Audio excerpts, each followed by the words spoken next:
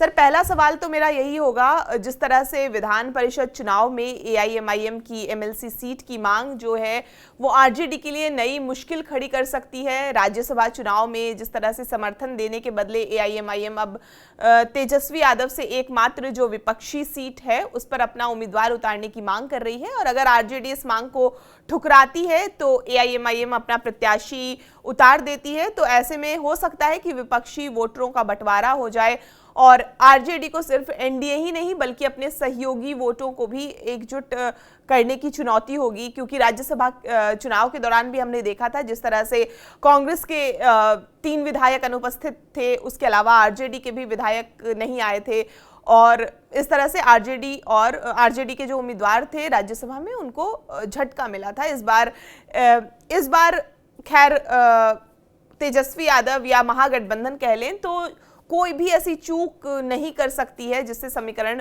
बिगड़ जाए, क्योंकि एक सीट ही उनके पाले में है और एक सीट बहुत महत्वपूर्ण ऐसे में हो जाता है, और एआईएमआईएम को देना क्या संभव हो पाएगा या क्या समीकरण बैठ सकता है? देखिए, आरजेडी के कोटे में तो एक ही सीट आ रहा है एमएलसी का, लेकिन उनके लिए चुनौती है। चुनौती दो तरफा है, पार्टी के अंदर भी और महागठबंधन में भी।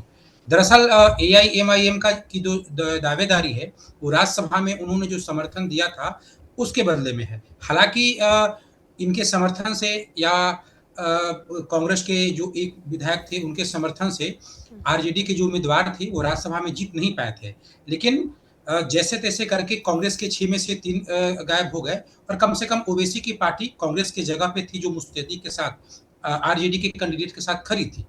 अब वो उनका मांग है कि राज्यसभा के सहयोग के बदले उनको एक सीट मिल जाए। देखिए, ये जो मांग है, हालांकि एमएलसी सीट के लिए 25 विधायकों के वोट की जरूरत है और आरजेडी के पास 25 विधायक हैं ही, लेकिन अगर वो ओवैसी को एक मौका देते हैं आलोचना करने का, उनको कैंडिडेट खड़ा करने का अगर अवसर नहीं देते हैं, तो राजनीतिक तौर पे एआईएमआईएम को कहने का मौका मिल पाएगा कि हम अकेले चुनाव लड़े। जब विधानसभा चुनाव में साथ गठबंधन में शामिल होने का प्रस्ताव रखे तो भी इनकार कर दिए, हम अपने बलबूते जीत पाए।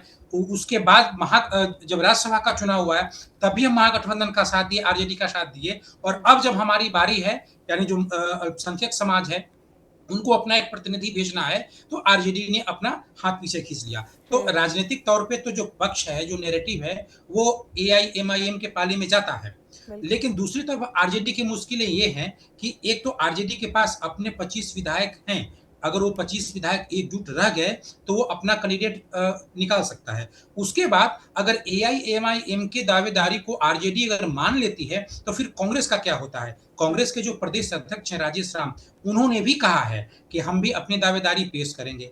तो फिर कांग्रेस के दावे का क्या होता है? कांग्रेस की अलग दावेदारी है, ओवैसी की पार्टी की अलग दावेदारी है।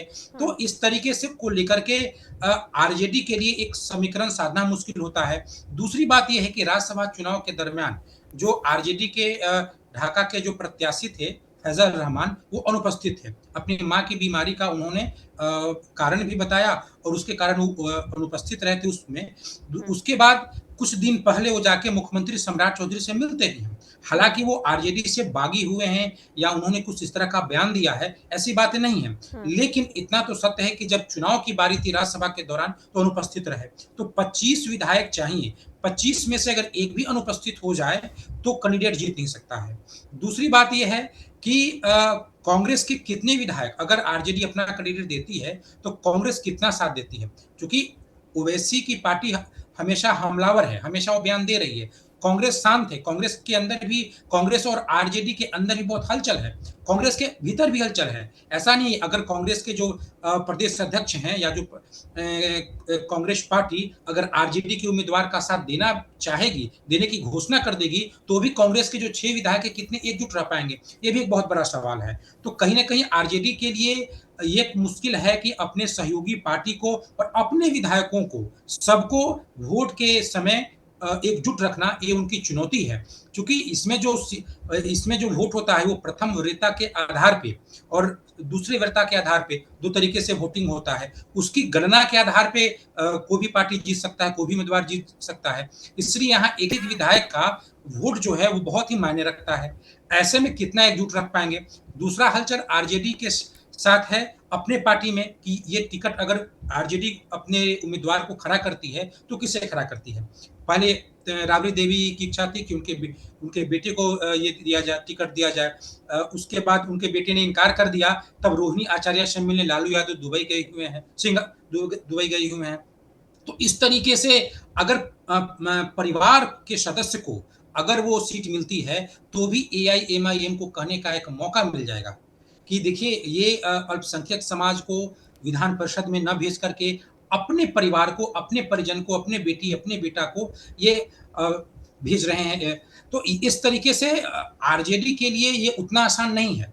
सीट एक है, विधायक हैं, वो चाहें तो जीत जाएँ, लेकिन पार्टी के लोगों की एकजुटता, गठबंधन की एकजुटता और फिर एमएलसी सीट में उम्मीदवार का चयन, हर पहलू में वहाँ गुत्थी उलझी हुई है और हर हर निर्णय के बाद भी आरजेडी पे आरोप लगने का एक स्पेस बचा हुआ है। अब देखने वाली बात है कि जो तेजस्वी यादव हैं, वो कैसे निर्णय लेते हैं और इतना तो तय है कि अगर एआईएमआईएम की उम्मीदवार को स्वीकार नहीं करती है आरजेडी, तो वो अपना उम्मीदवार खड़ा करेगी। अगर वो अपना उम्मीदवार खड़ा करेगी, तो क्या कांग्रेस उनको समर्थन देगी? क्योंकि आरजेडी और कांग्रेस में जो रिश्ते हैं, वो भी सामान्य नहीं है। उनको लेकर के भी हमेशा टकराहट होती रहती है। तो ऐसे में कांग्रेस के विधायक बागी हो जाएँ, इससे बेहतर होगा कांग्रेस के लिए दिखाना कि उनके विधायक इस अवसर पे भी राज्यसभा के बाद जब दूसरा अवसर आए तब भी बागी हो रहे हैं। इससे बेहतर है कि एआईएमआईएम के समर्थन को उम्मीदवार को समर्थन कर दें।